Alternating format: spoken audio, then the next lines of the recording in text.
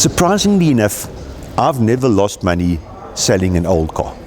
By the time you buy an old car, it's probably depreciated a lot and it probably will go up. So I've never lost money selling an old sports car. What has happened, however, since the 2008 financial crisis is the price of old sports cars have gone through the roof, is not even exaggerating it, specifically overseas. Cars that, 10 years ago, cars that you had to pay someone to come and pick up, to scrap it, you can now sell for 50,000 Rand in South Africa. They'll need full restoration, but E-Type Jags, for example. E-Type Jags, 10 years ago, you could buy for, I'm talking now the hardtop one, not the convertible, you could buy it for 200,000, 300,000 Rand. Now they're R1 million in South Africa. In running condition, now they're R1 million. But I genuinely don't do this for the money. I very seldom sell my cars. I keep them. But in the last 5-8 years, prices have gone up exponentially, quite frankly. A very interesting story. Many years ago, 1930s, a Swiss importer imported 4 Bugattis from Italy.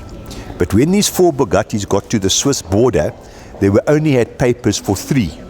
And there was this big fight with the border officials and everything, and the importer in Switzerland just got so cross, the extra car he just pushed into the lake at the border post and left it there. And it became an attraction for scuba divers. So it was there for, 60, 70 years. And just recently, someone got permission to pull this thing out of the lake. And there's no car there. Everything's rusted away, rotted away, so you can see a rudimentary chassis with an engine and 1 wheel, but the whole body's gone. It's finished. It's grits and rusted away. This sold for £2.5 million, and it's now called a work of art. No one's going to restore it. It's a work of art. Now, to me, this is the sign of craziness. Another sign of craziness. There investment funds in London now, and all they do is buy and sell old cars, and you can invest in them. It's like a unit trust. Now, to me, this is the sign of craziness. It's a bubble, but it can last a long time.